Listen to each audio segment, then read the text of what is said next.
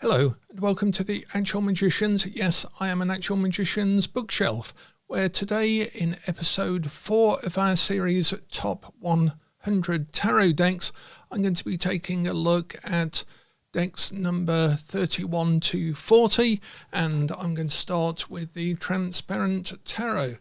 Now, what we're going to be doing in this particular episode is looking at decks that have a design twist to them, a design repurposing of tarot, or totally new way of looking at tarot. So that's mainly what this set of 10 is. And we begin with the Transparent Tarot by Emily Carding. They are a theatrical actor and a Shakespearean actor. I've had the pleasure of meeting them before at one of our TarotCon events here in the Lake District, and the Transparent Tarot was released in 2007, 2008 perhaps, and of course it comes with a transparent box. So this was very innovative. I'll let you have a look at the back there. You can see that it's got a guidebook and an example here of a triple layered Celtic cross spread and a standard Celtic cross spread with the same deck. And I like to do 3 card readings with this, and I use it sometimes for teaching work because in effect this is how a tarot reader will sometimes see the deck, as each card has layers layered on top of each other, which you can physically do with the deck. So I like decks that allow us to actually read the tarot the way that we're actually visualizing them inside our heads as storytellers, as readers, linking the cards together. And the Transparent Tarot is a good way of teaching this particular layering of cards as well. So I'm going to take out the guidebook first so you can take a look at that. Here is the guidebook with descriptions of the cards and their divinatory meanings. Quite a lot of detail, despite the fact that the cards are minimalistic. And Emily was saying that they had a lot of issues working out where to place the, in effect, labels on the cards. So here we have the swords, and we have a sword here, and number 4 here, so that you can actually layer the cards and still make sense of them. And that's one of the wonderful design tricks that's in this deck. So no matter which cards you receive, you can actually layer them. So I'm just going to take out a few cards out of the top here, and we'll see how these do with the camera. You can see the layering going on here between several cards. I can actually almost see through it as well from this side. So you can see how the layering with the Queen of Pentacles,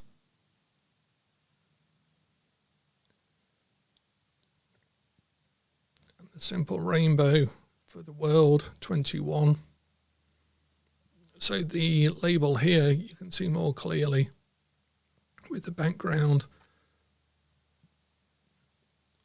Going to try and find here where we have, the 10 of Pentacles. So that image is actually up in the top of the card here. So we can see how the world and the 10 of Pentacles would overlap each other to give us a composite image. 10 of Pentacles and the world.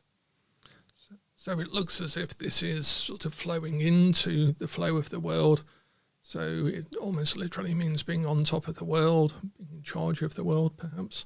But it allows new readers as well to particularly learn how to see the cards together, because rather than seeing them as sort of cells in a narrative sequential piece of art, where each cell is like a storyboard cell, you're actually literally being able to overlap them the way we sort of smoosh them, as I say, in our own heads when we're actually reading tarot with a lot of experience. And here we have the Eight of Wands and the Ace of Pentacles, sorry, the Page of Pentacles. So we can see how these two overlap as well. So you get all of the movement of the 8 here and the Page. So we can put them that way around as well. And so we can see how this deck actually works to show you that there's movement, there's potential investment opportunity maybe.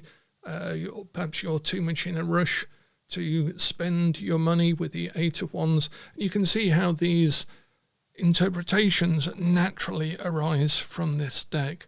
So it's an incredible deck, and it is number 31 in our sequence. As I say, the top 100 is a bit of a smorgasbord. I'm doing these not in terms of use or favourite decks. I'm doing them in terms of thematic decks, each set of 10, because we could actually have a top 500 tarot by the time that I'm done. So let's have a look at these two cards together. You can already see in the overlap. And I don't know if this was the original cloth that came with the deck. It might have been. I have used it quite a bit. So you can see on a white background how these can work. So let's take the 10 of Wands away from this one. Then we can overlap the Ace of Cups with the Sun. You can see how this has been designed so that is obviously a very favourable reading, emotional, developmental, showing what you feel, demonstrating what you feel. You could read all of the images. There's almost a Arthurian or esoteric Grail myth thing going on here as well, with the sun descending into the chalice, perhaps an alchemical interpretation we could make, and so forth. So again, you can see how these images work wonderfully together. So that is the transparent tarot, and I'll just put these back in the box for you. Keep the reading cloth out so that you can see the box again there. The transparent tarot, number 31 in my sequence of top 100 decks, and this is the first of the great design decks or innovative design decks, a new twist on tarot. And Emily did do a precursor to this, which was a standard tarot deck of majors only, published by Adam McLean, I think, the Tarot of the She. And there is a transparent oracle as well that I can't find to hand at the moment, but it's about, and that I think from memory has circular cards in it. But the transparent tarot is definitely a design innovation that rightly deserves its place in the top 100 decks. So that is the Transparent Tarot by Emily Carding, published by Schiffer in 2008. Deck number 32 has a personal story to me, but it's also a wonderful design. So this is why this is in the top 100 decks. And this is sometimes called the Running Press Tarot. It comes in a little kit box. It's quite often sold in gift shops and so forth because it's a little deck. And the booklet that comes inside it is very, again, minimal. So just a very few words for each of the cards. And it's sometimes called the Fairchild or Pashkis deck, based on the designer Dennis Fairchild, and illustrations by Julie Pashkis. Running Press. And I think this first was published in about 1996. I tend to refer to it as the Running Press deck. And the reason I love this deck and have used it quite a bit is because of the simplicity of the designs. And you can see here, if I bring these closer, the Page of Wands, Notice the colouring in the corner. 6 of Pentacles, the loaf of bread here. Again, the green colouring to denote the Pentacles. The 4 of Pentacles. Purple for the major arcana, the High Priestess. So we have the essential symbols of the pomegranate, the feminine figure, the priestess, and the lunar symbolism, the Empress, and so forth. But the reason that I love this deck, I quite like the strength image there. The camera will pick that up eventually. Strength image. Love the bird perched on the hand as an extra design image. But this deck was introduced to me by Batya Weinberg. I can't recall her name, but it was in New Orleans, and she was a palmist and tarot reader, and we had attended a conference there, a cultural studies conference, and we got talking, and we sat outside in a courtyard in New Orleans, and she did me a palmistry reading which blew my mind completely. It was so brilliant, so accurate, so insightful, and I gave her a tarot reading, which I hope was at least a little bit as useful as the palmistry reading that she gave me. But she also introduced me to this deck and told me her personal story about it, which was that she had and often did travel around, earning money, staying places, meeting people, traveling with just this deck and her reading skills. And she would travel around places that were not necessarily places where you'd think there'd be a vast interest in tarot. And she travelled around Israel, the Middle East, across the States, all sorts of places, South America. And the reason she used this deck is because it is really, really simple symbology that still carries the meaning of the cards, but is virtually cross-cultural. And so it has all sorts of figures in it, and no matter the age, gender, background, identity, cultural background, geographic location, this deck is a really universal deck. It's one of the best, I think, universal decks for all sorts of mythic symbolism, cultural symbolism, family symbolism, and so forth. It really does carry across the message of the cards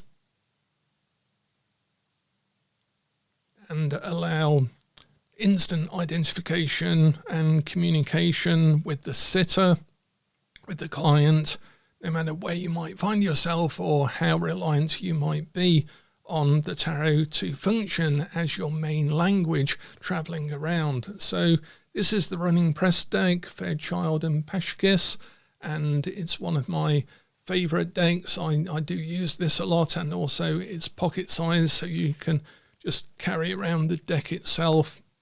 And usually, say, I actually then went and found it in a gift shop in New Orleans, so this is the actual deck that I bought at that time, and that's why it's got a sort of personal history to me. So that's number 32, number 32, the Running Press Tarot. Rather wonderful as the full universal deck.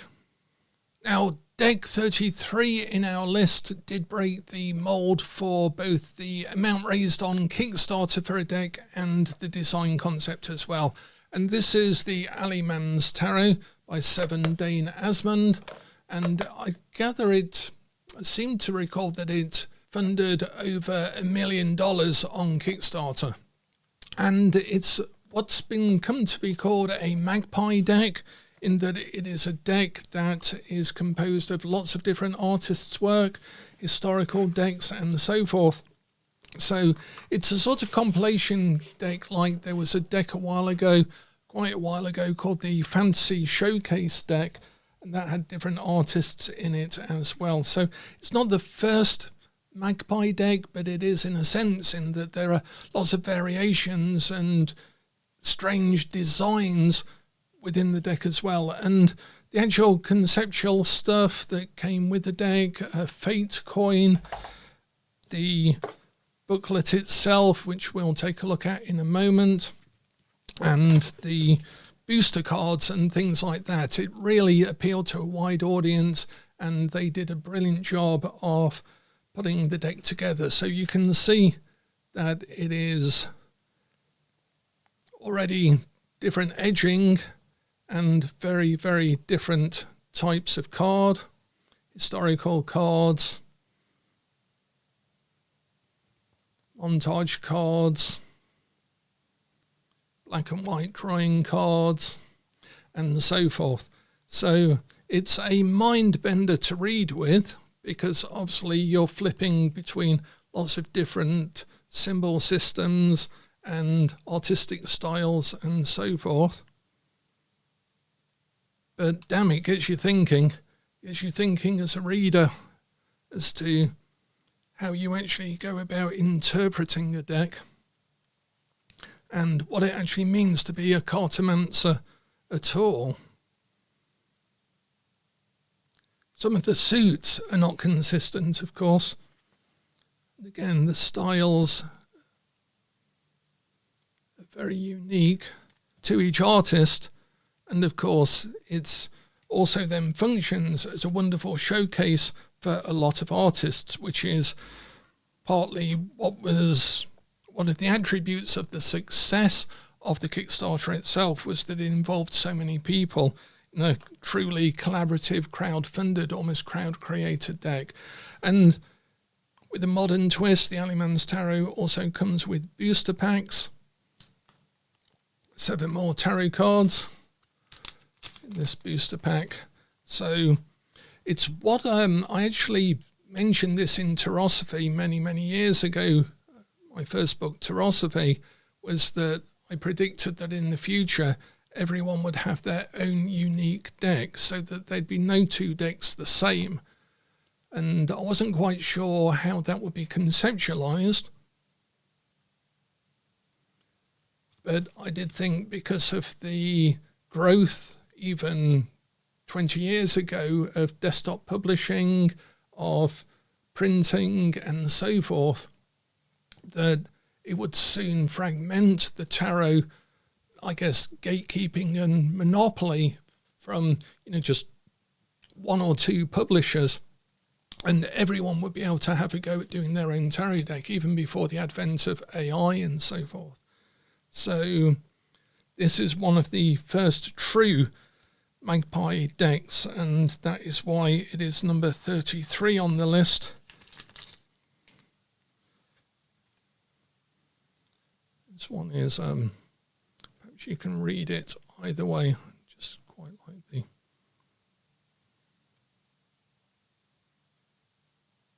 Queen of Strays. And I think the fact that this deck also comes with its own mysterious, enigmatic figure, the Alleyman themselves, whose jottings are sort of found in the book. It keeps the thematic idea of the Alleyman as a mysterious figure, as well as sharing the information of each of the artists in the deck, complete with smudges and so forth. So the actual thematic concept of the deck is carried through every aspect of it, even the sort of ring-bound notebook. And I love that. I just love the concept and the execution of this deck, and really do think it deserved to be so massively funded on Kickstarter. So it was one of the, I think it was the most successful tarot deck Kickstarter on that platform. I don't know if anyone has gone beyond that amount since, but certainly at the time that this was published, it was very well funded. And again, massive deck of cards. if you want to test yourself, blow your tarot mind a little bit, get out of the doldrums of tarot reading and try something totally different, then the Alleyman's Tarot is the deck for you. And this is, where were we? Deck number 33. Deck number 33, the Alleyman's Tarot. Deck 34 is somewhat of a design triumph, and it brings us into the more minimalist designs of the tarot. But I don't like minimalism for the sake of it. There are some quite popular tarot decks that are too simplified for me. I just don't like them. I can't read with them. They don't add anything in terms of their design. But sometimes it allows people to concentrate on some of the fundamental things in reading itself. And Stefan Gert and Nora Husker, friends of ours, and this is a wonderful deck. It was a limited edition, and again, you can see the design ethos in this, and the fact that it is square, which we'll come on to in a second.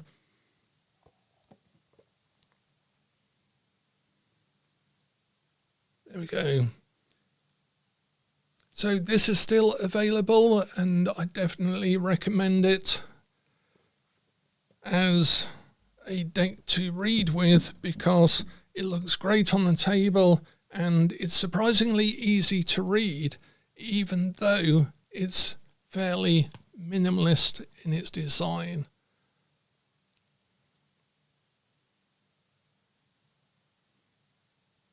So you notice here we have 4 and water, and the blue symbolises this as the 4 of Cups, which we can then see in the design quite clearly.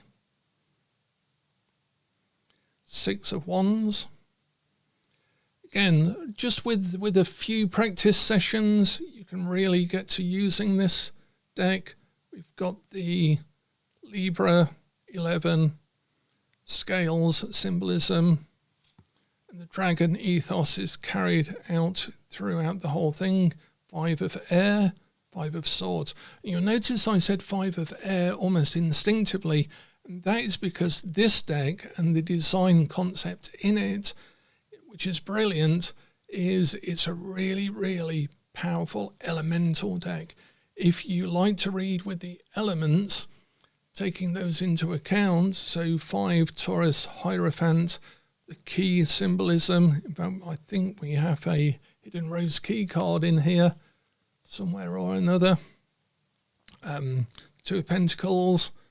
And so again, a sort of Marseille style in the fact that we have Steph and Nora's name actually on the 2 of Pentacles, as was done on the European Tarot de Marseille decks that we looked at in our last video. So you can see immediately 5 of water, 5 of cups. And the reason that the design works for this is because when you lay out the cards, because they're square, they are meant to be read like the scales of a dragon. So if I get 4 of them, for example, and place them like so, you can start to see what's happening. You see how that circle's being formed in the center there.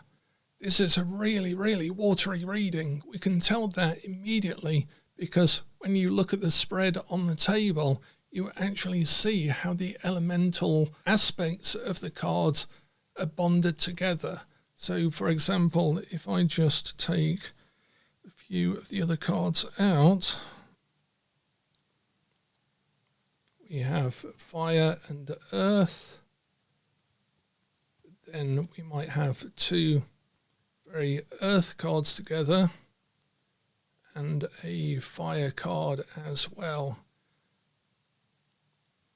I don't think I can actually hold. I might be able to hold 4 up. Here we go. Let's try this. Works better on the table, of course. Let's try and get those together. So you can see how the elements actually bind together to tell their own story. Here we've got 2 very earthy cards supporting a fire card, which has got the energy of the reading, and also a major arcana card, which we can tell from the Venusian symbol is an earthy symbol of the Empress herself. And so we've got 2 earthy cards, an Empress card, a Venusian card, 2 earths and a fire.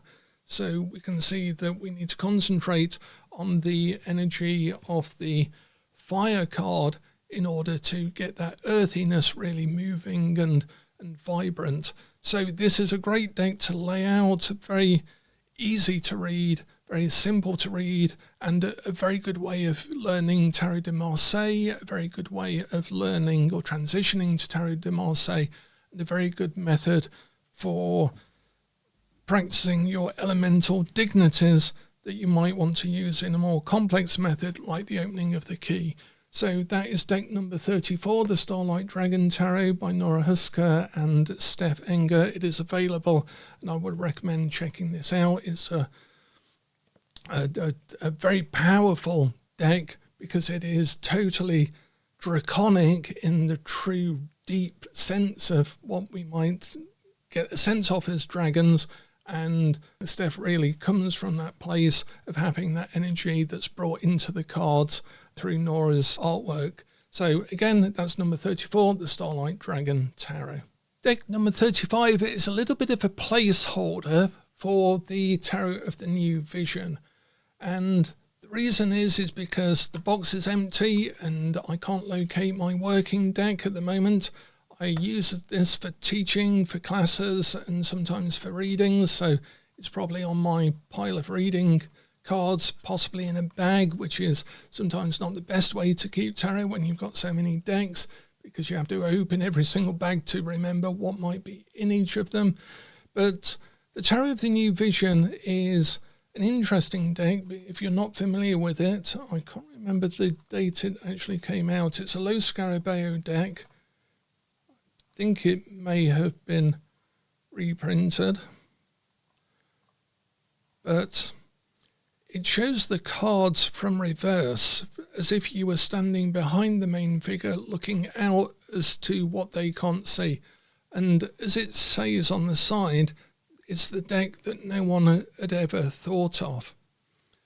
And despite the dangling participle on there, I fell in love with this deck for a very particular reason, and that was at the time, which is why I was wondering what date it was.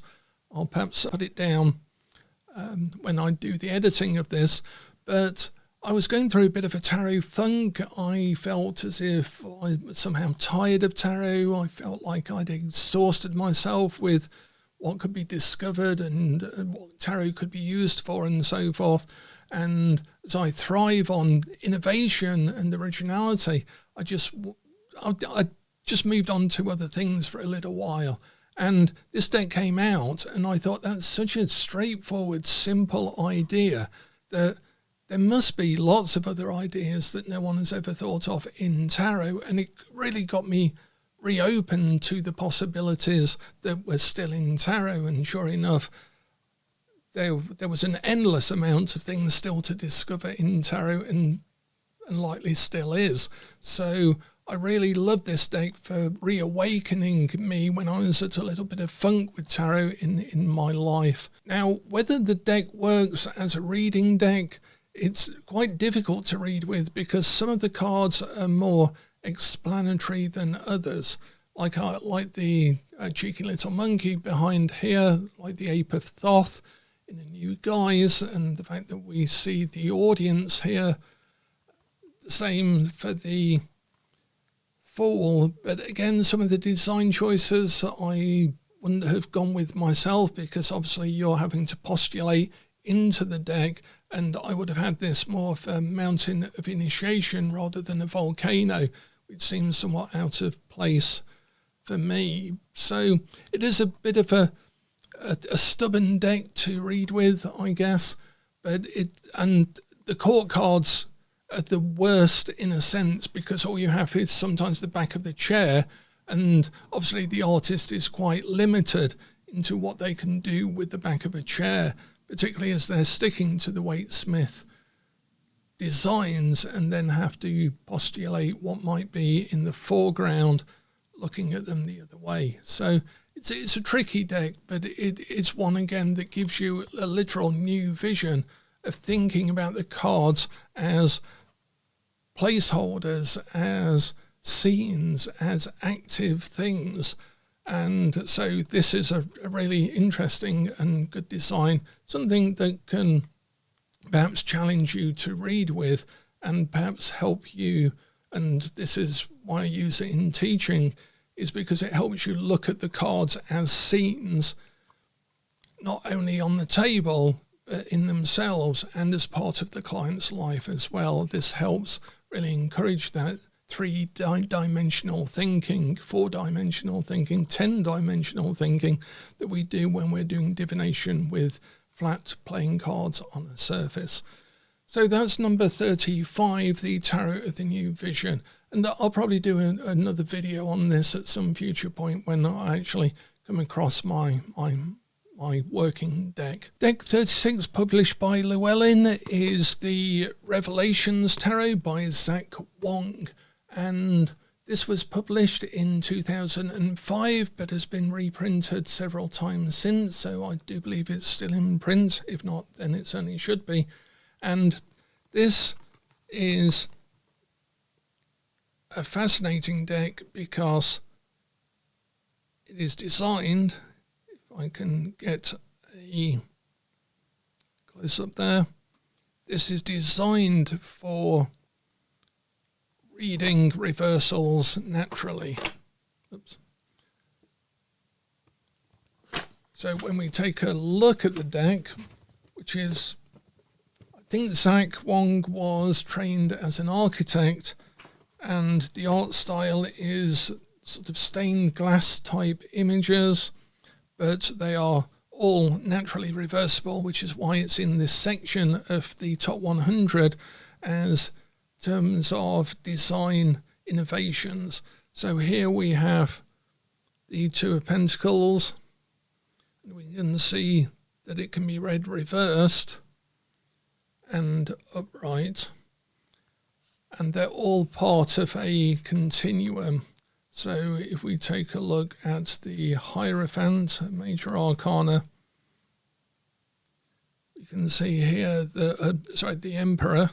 We can see here that we have a fairly standard rendition of what the Emperor might be, and then we have the reversed version, who looks a little bit more tyrannical and imposing, or whatever you might read in that symbolism. And this is repeated on every single card. So Justice has, again, two ways of looking at it. And I just love the idea of the deck. It's so well executed as well. The Nine of Wands, slightly more out of control the other way up.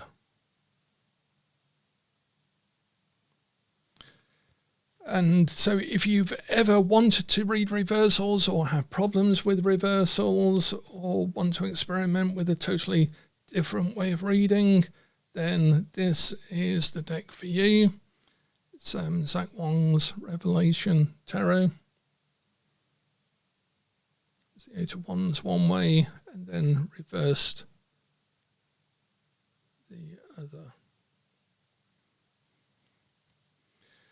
Again, with all of these designer type decks, there might be some discrepancy in the way you usually read cards and the way that the designer understands tarot, the amount of work that they put into tarot itself, as opposed to having the conceptual idea.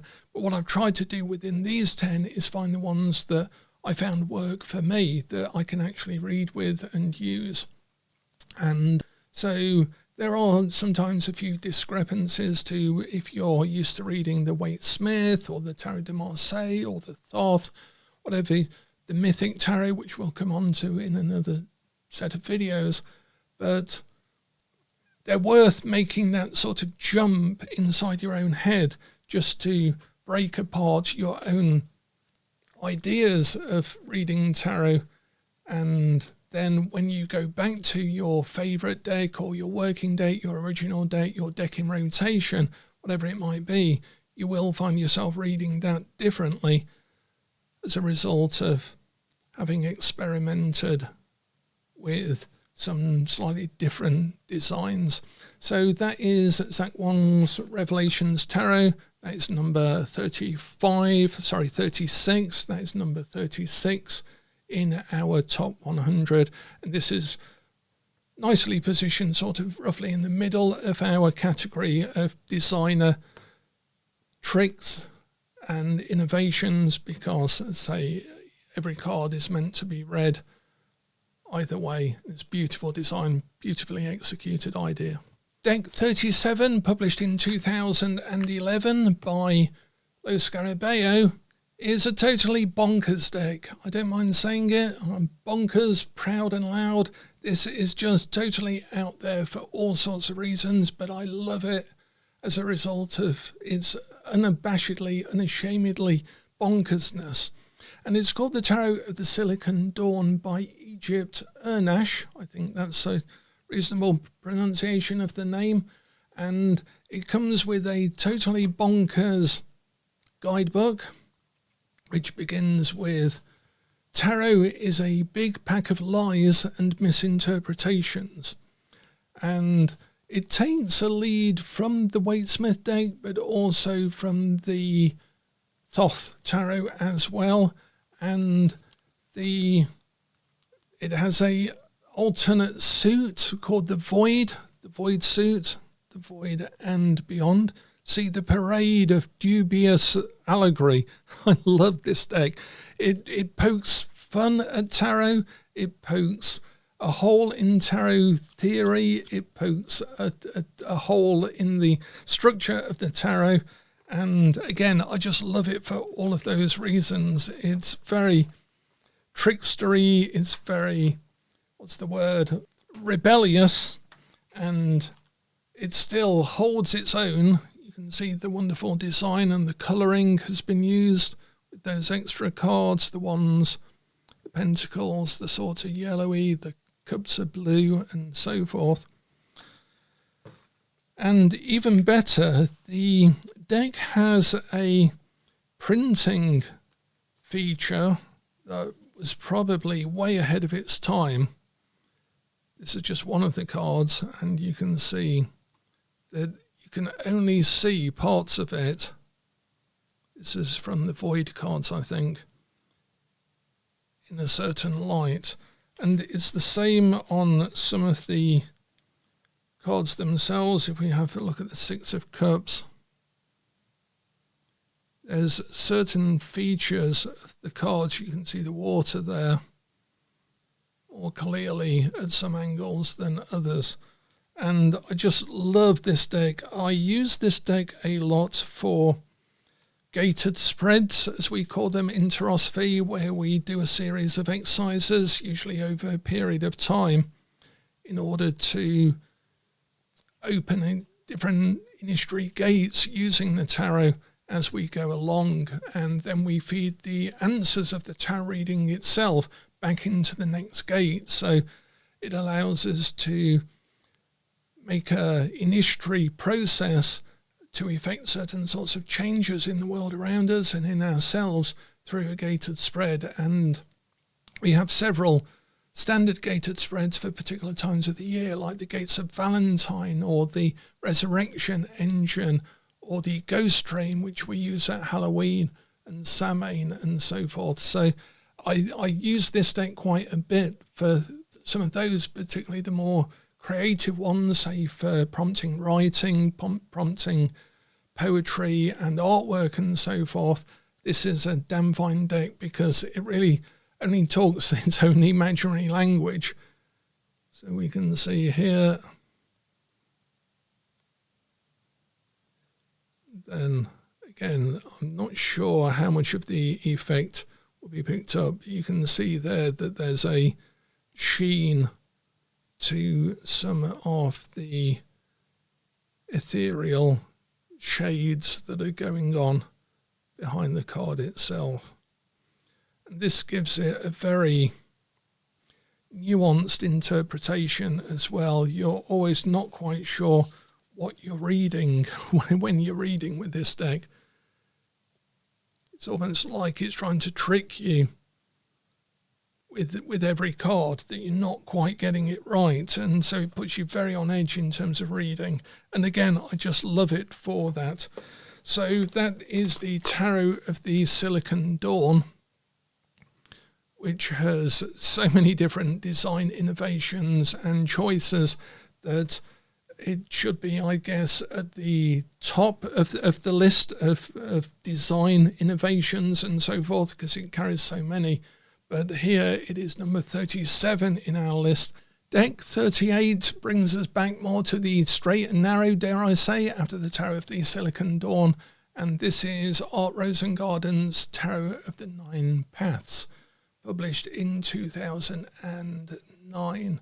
Includes travel guide and TMP lexicon, advanced tarot deck for the spiritual traveller. It's called the Tarot of the Nine Paths. And this is a Jungian deck, I guess. It uses the idea of sandboxes, of working with sandbox designs to express your inner state, and then has applied those to the cards themselves. So I believe these are all images from actual sandbox creations, and we've got some of the correspondences in and a keyword at the bottom there. Essence for the star, Sadai. And I like the idea that this is a collage deck. It's a psychological deck, and it's built with that in mind. So the design element of this that I like is the fact that it is built for self-work, self-reflection, self-creativity and so forth, and it can be used like that. And I've used this several times myself. This is one of my favourite cards, actually, Into Being, the Great Web. It sort of does encourage you to make small altars or sandboxes for yourself as well. As with all of the cards and all of the decks that we've looked at, some art styles may be more to your taste than others. It's entirely subjective. What deck works for one person will just not work for another, just in terms of the artwork. And some people don't like montage type decks or collage type decks. Some people don't like abstract decks. Some people. So whatever works for you, I think a top 100 list will always be unique to each person. Those some decks may appear in more people's lists than others, I guess, depending on their availability, their marketing, how long they've been around and so forth. And sometimes how useful they are. I think the test of time for a tarot deck is how useful it is, because unless you're collecting these for art alone, which is perfectly fine, unless you're just collecting them for collecting alone, which again is perfectly fine, to me the marker of a good deck is, does it remain useful to me over time? And that's really what I'm looking at in my top 100 as well. So this is the Tarot of the Nine Paths by Art Rosengarten, and I covered Art's book on tarot and psychology in one of the video shorts on the Actual Magician's Bookshelf video shorts. So check that out if you have an interest in using tarot from a purely psychological point of view. And this is the Tarot of the Nine Paths, Tarot of the Nine Paths, deck number 38 in our list. Final two decks in this sequence are as different to each other as we could ever possibly wish for. And the first of them, at position number 39, is the Orbifold Tarot by Michael Bridge Dixon. This is the back of the deck, and I have two versions of this.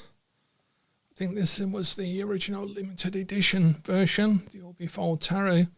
And this, again, is a very stark minimalist design, 1 form, 4 elements, infinite possibilities. 2015, Michael Bridge Dixon. and it's called the Orbifold Tarot. This is deck number 34, I think, of a limited edition. And if we take a look at the pamphlet that comes with it, you can see that already is something to do with the elements, but more importantly, it's something to do with the numbers. And what Michael Bridge Dixon has done here is taken the numbers to their absolute extreme as far as the design goes. And we'll see that in a moment. So sometimes I teach tarot based on a sort of number sequence, but I do it in a hopefully unique way, which is to apply it to someone's life first before they even know what we're doing, rather than give them a set of keywords, though the keywords do tend to follow a natural creative flow in anything we do in life. And again, Michael has taken this to an extreme by concentrating on the elements and the numbers. Are they repeating numbers, decreasing or increasing, high, low or middle, odd or even? How do they interact? What proportion of elements and numbers? So you can see where I'm going with this, and perhaps with some of the other cards that we've looked at, is that this makes a great teaching deck because it really forces the reader to look at the number and the elements. So this is 10 of fire, so 10 fires. So it's something that's hot and glowing and radiant, and perhaps is a bit too hot to touch, perhaps has just burnt itself out or burnt as far as it can go. This is the 10 of wands. And then when you take a look with the Waite-Smith card and see the guy carrying all of the 10 wands on his back, you might see that a little bit differently now, having looked at the pure elemental and numerical aspects of the card, which this strips down for us. Let's take a look at a different card, the 7 of water. So here we can see that reflectiveness. It seems to have almost got caught in its own reflection, like it's reflecting on reflecting and so forth. Very illusionary perhaps. And again, when we then look at the 7 of cups, we can see some elements of this combination, although slightly more Kabbalistically nuanced in the Waite-Smith and the Thoth Tarot. But this is a good gateway into reading the numbers alone. And then you can see when you have a mix of cards, so we might get the Knight of Earth, which again is fire on a fire on a earth background.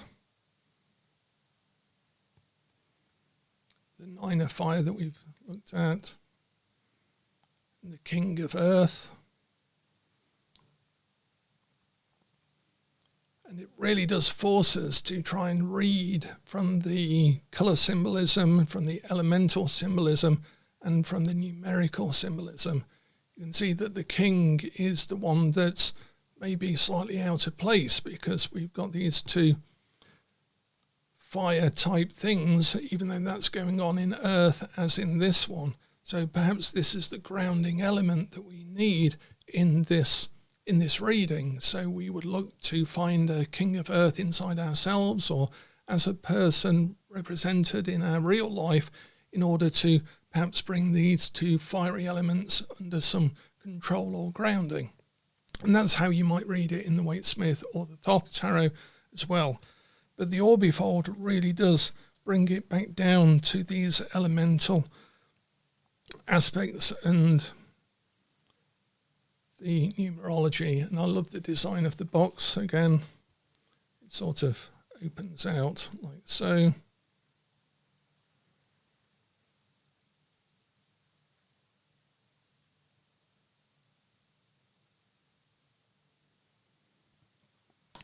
And that's the Orbifold Tarot number 39 in our sequence, the penultimate one of original designs of tarot. And it's good to know that we can still come up with totally original ways of expressing the tarot. Like the Magician, And compare that, say, for example, the High Priestess, where we've got the lunar symbolism perfectly encapsulated. And then the Empress begins to show growth and it's almost splitting off. You can almost imagine that as a biological process. The Emperor then brings form and tries to hold everything in that form while still trying to expand the empire and so forth. So again, it's a great deck for those elemental type of readings. You really need to cut down to it. A very good deck for reading for oneself as well, because it doesn't allow for a lot of further interpretation over its central message. So that's the Orbifold Tarot number 30 now. Now let's take a look at something very different for number 40. So deck number 40 in the last of our present video is the Home Sweet Home, Where the Majors Sleep at Night by Beth Selenon, 2009. There were only 20 of these produced. I've got number 10. And originally some of these were produced by Adam McLean. And I also have Beth's a couple of other decks. She has a lot of these limited edition, small print run decks out there. I love the Isabel Snail Arcana one. It's very, very humorous. But the design element of the Home Sweet Home one, I just love because it's where the Majors sleep at night. It's where the Majors go to sleep at night. And so she's taken that idea, and so we end up with this is the house of where a magician would live. This, I love the scales perched on top there, is the house of justice. So this is where the major arcana go to sleep at night. This is where the hangman, and I love the sort of stepladder there. There's even a nod to the drowned giant symbolism of the Golden Dawn and the Waitrinic deck. The Hanged Man house there. The House of Temperance.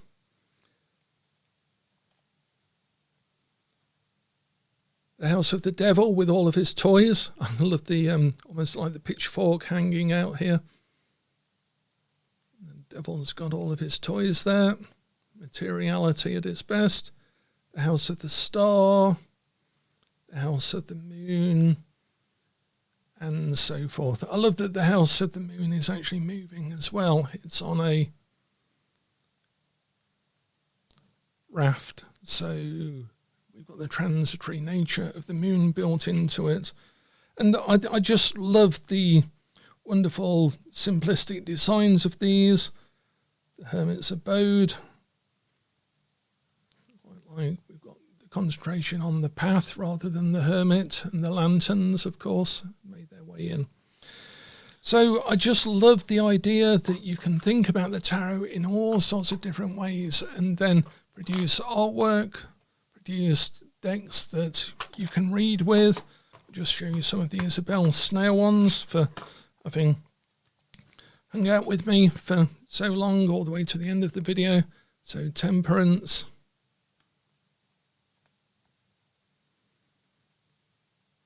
The Hanged Man, Suspend. The Devil. Strength. I just love the expressions. Who'd have thought that a snail could have such a great expression, but there we go. And so forth. So that's Beth Selenon, and that is the Home Sweet Home Tarot limited edition, of course, but one I wanted to share with you as my number 40 because of the conceptual thinking that has gone behind the cards, and also to some extent the marketing that she does. Very limited editions, very small print runs, but has designed an awful lot of different types of tarot that are unique to her and unique to her expression of tarot. And that's the both sides, which is a bit like the Sak Wong up and down one that we looked at, but this is side to side, and a bit like the Tarot of the New Vision, where these artists and designers are literally looking at tarot from a different angle and a different perspective. And that's always to be encouraged, because that progresses us and it makes tarot more innovative, and there's always something new to learn, something exciting to learn within tarot itself. So thank you again for joining me. We will next take a look at some, I guess, mid-70s, mid-80s classic decks like the Jill Tarot, and a few other decks that I use that are perhaps good for kids, I think will be the next set, and that's what we're going to look at next in our next episode. So thank you again for joining me on this journey through my top 100 decks. As I say, they're not in sequential order to some extent. After the first 10 or so, we're now grouping them in themes, and we'll be looking at another theme or another set in our next video in this series. So thanks a lot. Bye for now.